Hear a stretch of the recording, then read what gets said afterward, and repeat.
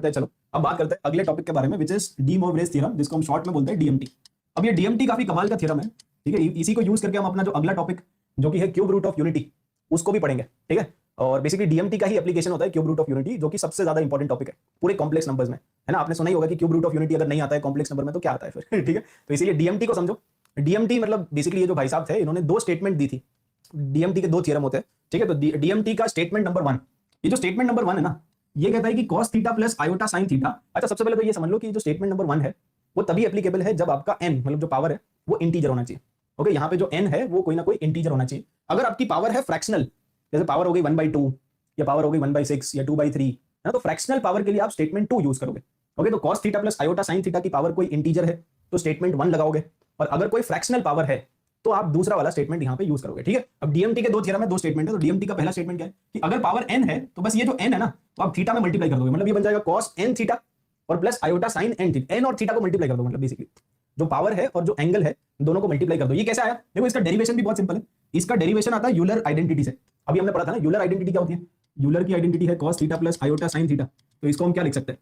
इसको हम लिख सकते हैं e की पावर आयोटा थीटा, ठीक है। तो यहाँ पे जो LHS है इसको ध्यान से देखो, जो LHS है उसमें आ जाएगा e की पावर आयोटा थीटा और पूरे की पावर है n, ठीक है। ये बन गया ये cos theta plus iota sine theta, उसको आप लिख दो e की पावर आयोटा थीटा और पूरे की पावर है n। अब पावर की पावर है तो मल्टीप्लाई हो जाएगा ना, ये सिंस ये पावर की पावर है तो मल्टीप्लाई हो जाएगा। तो बेसिकली आ जाएगा e की पावर आयोटा n थीटा, और इसको वापस आप कन्वर्ट कर लो cos theta plus iota sine theta के फॉर्मेट, तो हेंस प्रूव्ड, ठीक है। तो ये काफी सिंपल सा टॉपिक है, समझ गया ना। तो इसका जो प्रूफ है वो भी काफी सिंपल है। यस, ये क्लियर है क्या सबको?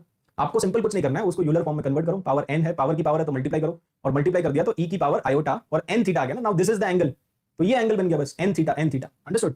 ओके, अब ये जो दूसरा स्टेटमेंट है उसको आप ध्यान से समझना। सेकंड स्टेटमेंट जो है उसमें आप डायरेक्टली p/q है और थीटा है, तो डायरेक्टली अगर आप मल्टीप्लाई करोगे, जैसा हमने यहाँ पे किया, हमने यहाँ पे क्या किया, n है और एक हमारे पास एंगल है थीटा, तो डायरेक्टली दोनों को मल्टीप्लाई कर दिया तो ये एंगल आ गया।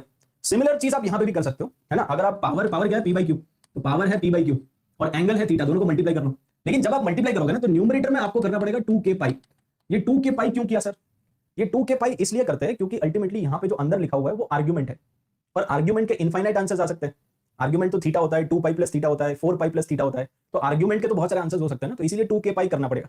अब आप बोलोगे सर यहाँ पे क्यों नहीं किया फिर? क्योंकि वहां पे करोगे तो अल्टीमेटली क्या आएगा, cos 2k pi plus n theta, n आपका इंटीजर है। तो आपको बताइए ना कि अगर cos, जैसे k का वैल्यू 1 ले लो आप, तो cos 2 pi plus theta, cos theta ही तो होता है, sin 2 pi plus theta, sin theta ही तो होता है। तो वहां पे एक्चुअली आपको लिखने की जरूरत नहीं पड़ेगी, बट यहाँ पे आपको एक्चुअली लिखने की जरूरत पड़ेगी। यस, तो यहाँ पे आपका 2k पाई आएगा, वहां पे बेसिकली आएगा बट फिर भी वो चला जाएगा ठीक है, वो आके चला जाएगा। यस, तो यहाँ पे आप ये ध्यान रखना कि आपका जो न्यूमरेटर है उसमें आपको करना पड़ेगा 2k पाई।